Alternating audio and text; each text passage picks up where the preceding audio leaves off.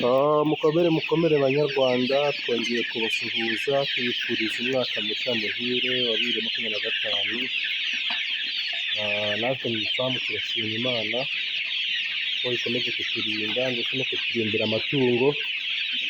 Turabashimira rero ko gukomeza gukurikirana ibikorwa by'ifamu yacu kuri YouTube yacu ya BoFarm, kandi rwose tunabashishikariza gukora subscribe kugira ngo mukomeze mukurikirane kandi mubone uburyo turimo turorora inkoko z'inyarwanda, inkoko zacu za gakondo, inkoko rwose zitanga umusaruro, inkoko zifite ubuzima bwiza kandi zifite ubuzima bukomeye mu by'ukuri. Ubu rero tuvugana, izi ni inkoko zujuje ukwezi, kugira ngo mwareba uko zingana, urabona ko ari inkoko rwose zimeze neza, zikuze neza. Ukwezi kuruzuye rwose. Twabashishikarizaga rero gukomeza gukora subscribe kuri iyi channel yacu kugira ngo muzakomeze gukurikirana urugendo rwacu rwo korora izi nkoko zacu za gakondo. Nk'uko mubibona, izi ni inkoko z'ukwezi kumwe, kuko inkoko ya mbere zageze hano ku itariki 2 z'ukwezi kwa 12, 2024, kugira ngo murazibona ko ari inkoko zimeze neza, kugira ngo murabibona namwe banyarwanda. Izi nkoko rero zirimo n'amoko menshi nk'uko mubibona, harimo inkoko z'imirangi, murazibona. Ni inkoko nziza pe, nk'uko ubona zifite ubuzima bwiza, inkoko zishimye, inkoko zifashwe neza, ariko kandi inkoko zitatugora nk'uko mubibona. Aha rero mureba kuri ubu buriro, uno munsi twatangiye kugerageza kuzigaburira ibiryo bivanze n'ubwatsi. Mu kanya twari tumaze kubigerageza mbere y'uko amasaha yazo yo kurya agera, ariko tubonye ko ari ibintu zishimiye cyane kandi zikunze. Tukaba dushyizemo ibiryo bitari byinshi, ariko zirabiriye mu kanya gato rwose, ziba zirabimaze, kugira ngo murabibona ibyatsi, kugira ngo murabibona. Ubu rero amasaha yo kuzigaburira ibiryo bya kumanywa arageze.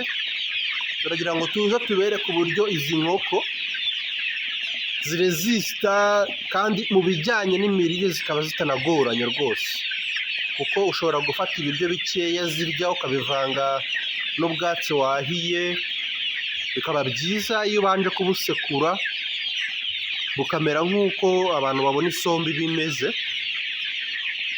Rero tugiye kubikora mu kanya, turabibereka neza, muraza kubibona muri iyi video yacu iza gukurikira. Zose turaza kuza uploading uno munsi, muze guta mukurikira murebe mu by'ukuri uburyo izi nkoko zishimira kurya ubwatsi. Izi nkoko ni inkoko 510, ariko nk'uko mubibona zirimo zirakura neza. Ku munsi rero zirya ibiro 20 by'ibiryo nyine byazo, zirya ibiryo 20. Ariko ikigaragara ni uko ushobora kugabanya ingano z'ibiryo zirya uzivangiyemo n'ibyatsi. Byibura nko ku biro 10 ushobora gushyiramo nka 30%, bikaba ari ibyatsi.